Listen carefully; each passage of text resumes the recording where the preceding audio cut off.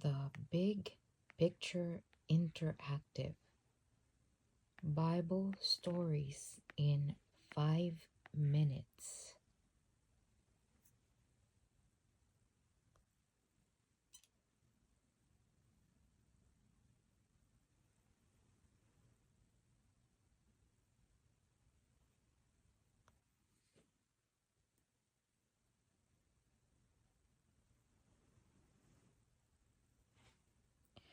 The Big Picture Interactive Bible Stories in 5 minutes.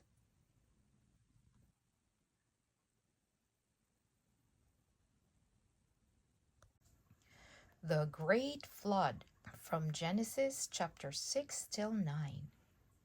This is the story of how rainbows came to be and of how God saved those who followed him.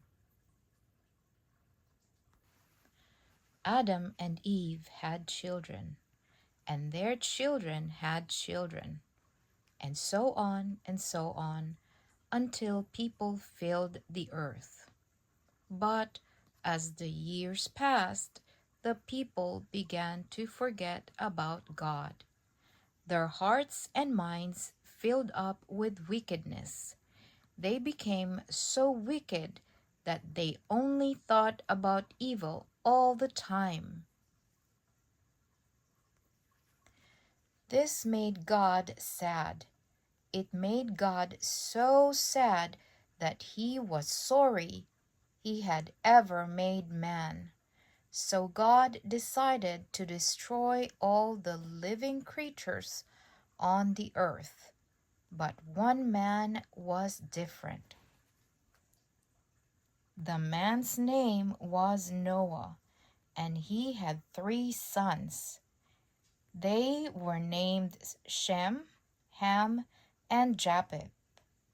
Noah tried to please God in all he did and said, and that made God happy. One day, God said to Noah, I am going to flood the earth and destroy every creature on it. But because you love me and follow me, I am going to save you and your family. Then God told Noah to build an ark.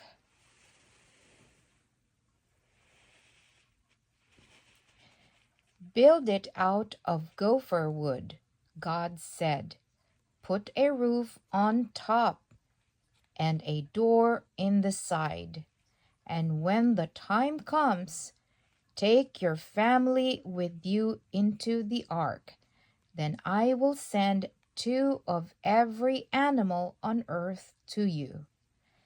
Take them into the ark and keep them safe. Noah listened to God and did everything just as he said. Noah was 600 years old when all this happened. When the ark was finished, God sent the animals to Noah. Every kind of bird, every animal, every creeping and crawling creature, 2 by 2, they came to Noah. When all the animals were inside, God said to Noah, Go into the ark, you and all your family. Noah did just as God said, and God shut the door. Then it began to rain.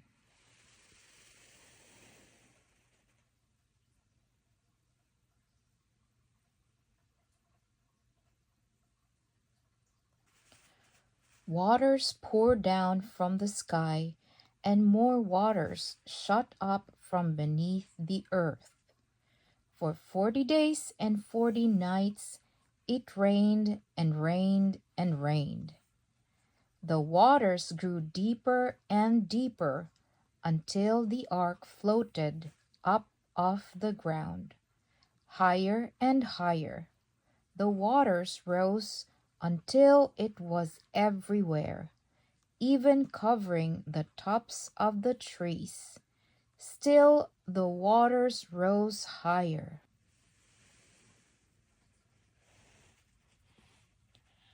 Up and up and up they rose until the tops of the very tallest mountains were covered. But Noah and all his family and all the animals were safe and warm and dry on the ark. After 40 days, the rain stopped, but the earth was still flooded. So God sent a great wind to dry up the waters.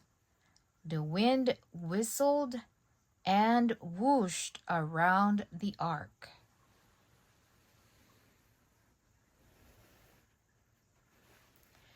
The waters sank lower and lower until at last the tips of the mountain tops could be seen.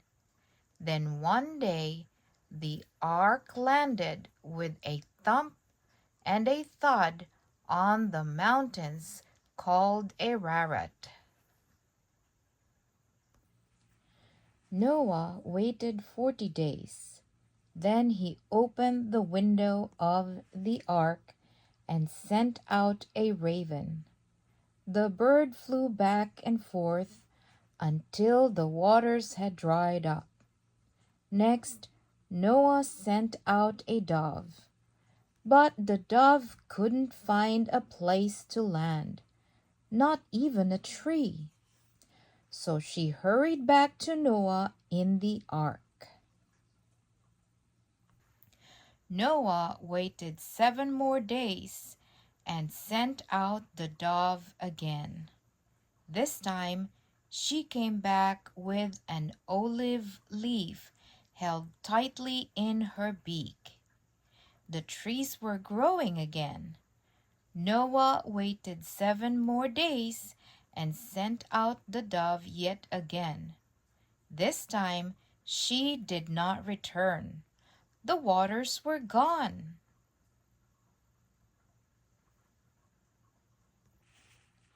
God said, "Noah, come out of the ark, you and all your family and all the animals."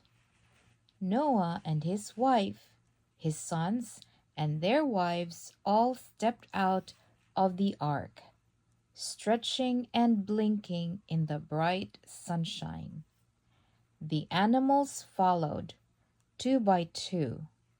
Birds fluttered their wings and soared into the sky. Lions and leopards crouched and crept. Bears lumbered along, while the turtles plodded slowly out.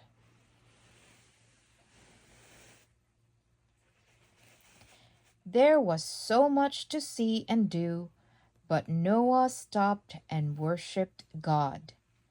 God blessed Noah and his sons and told them to fill the earth with people again. Then God made a covenant, a very special promise, with Noah and his sons. "Never again will I destroy the earth with a flood," promised God. And as a sign of that promise, God placed a rainbow in the clouds. "Whenever I see the rainbow," God said, "I will remember my promise." God punished the people of the world for their wickedness and sins. But God showed mercy and grace to Noah and his family. There is still wickedness and sin in this world today, but God has now fully revealed his amazing plan to rescue you and me. Jesus, God's own Son, was punished for our sins so that those who love and follow him don't have to be. Jesus gave himself for our sins to rescue us. Galatians 1:4.